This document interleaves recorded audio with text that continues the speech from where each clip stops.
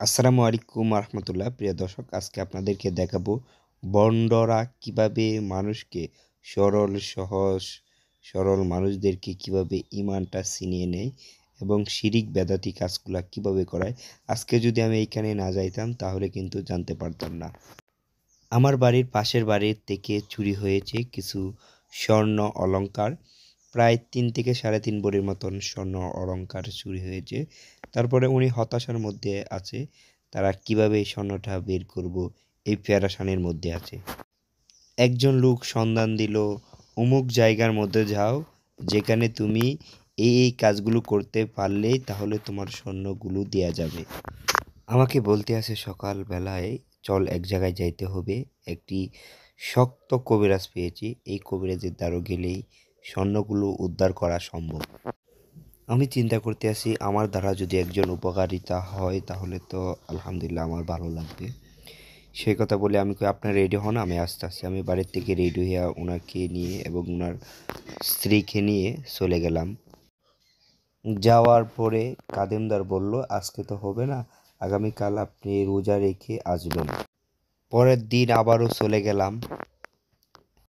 মাজারটা হলো কিশোরগঞ্জ জেলায় পাকুন্দ উপজেলায় মির্জাপুর বাজার থেকে থানারঘাট বাজারে যাওয়ার বাম সাইডে পাঁচপীরের মাজার।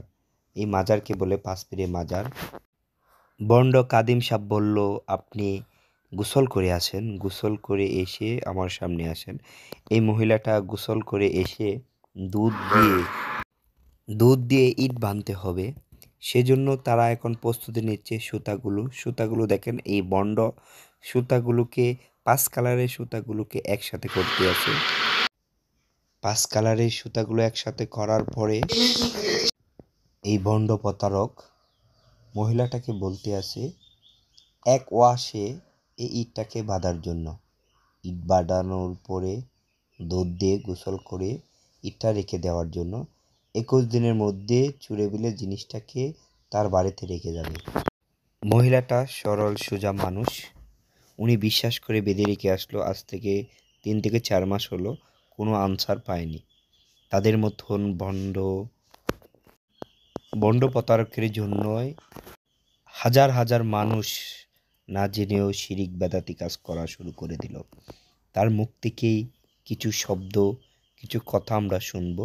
এই ভণ্ড শুধু গাঁজা আর গাঁজা খায়, আপনারা তার মুখ থেকে কিছু কথা শুনবেন। তো জানটার সদস্য সারা বাংলাদেশের জানটার একজন সদস্য পাগল। জানটা কি? হ্যাঁ, জানটা কি? এই তো জানটা খালি মৌলানারা বলে, কিন্তু আসলে জানটা খালি মুসাফির মৌলানারা বলে, কিন্তু এরা পালন করে দেখে না। একদিন বলে জানটা কি? এটা আমার কোন আমি বুঝি। মনে করো জানটা আগে তো যানবাহন ছিল না, যে হোক জন্য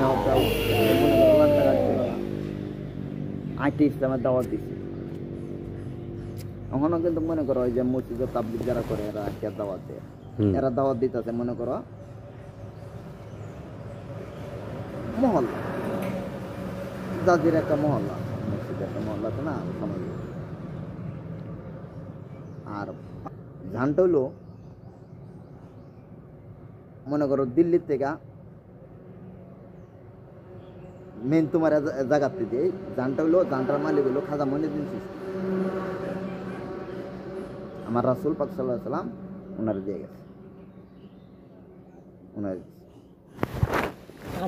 বড় পীর আব্দুল কাদের জিলানী রাহমাতুল্লাহ সাল্লাম, ওনা হইছে সারা বিশ্বের যত অলিরা আছে অলিদের সর্দার।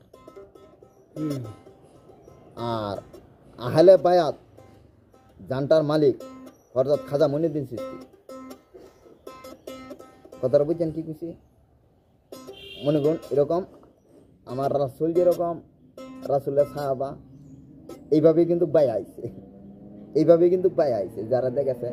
কারণ আমার রাসূল বিদায় হজের মধ্যে বলে গেছে যে আমি 2টা জিনিস হয়ে গেলাম, একটা হলো আল কোরআন আর একটা হলো আহলে বায়াত দিছি হযরত আলী রে, মৌলা আলী। আমার দরজা আলীর দরজা, এক দরজা আলী আমার নবীজি বলছে।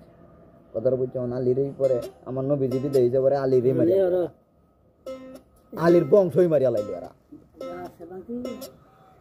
কথাটা বুঝছেন কি কইছি? যারা মেন লোক যেটা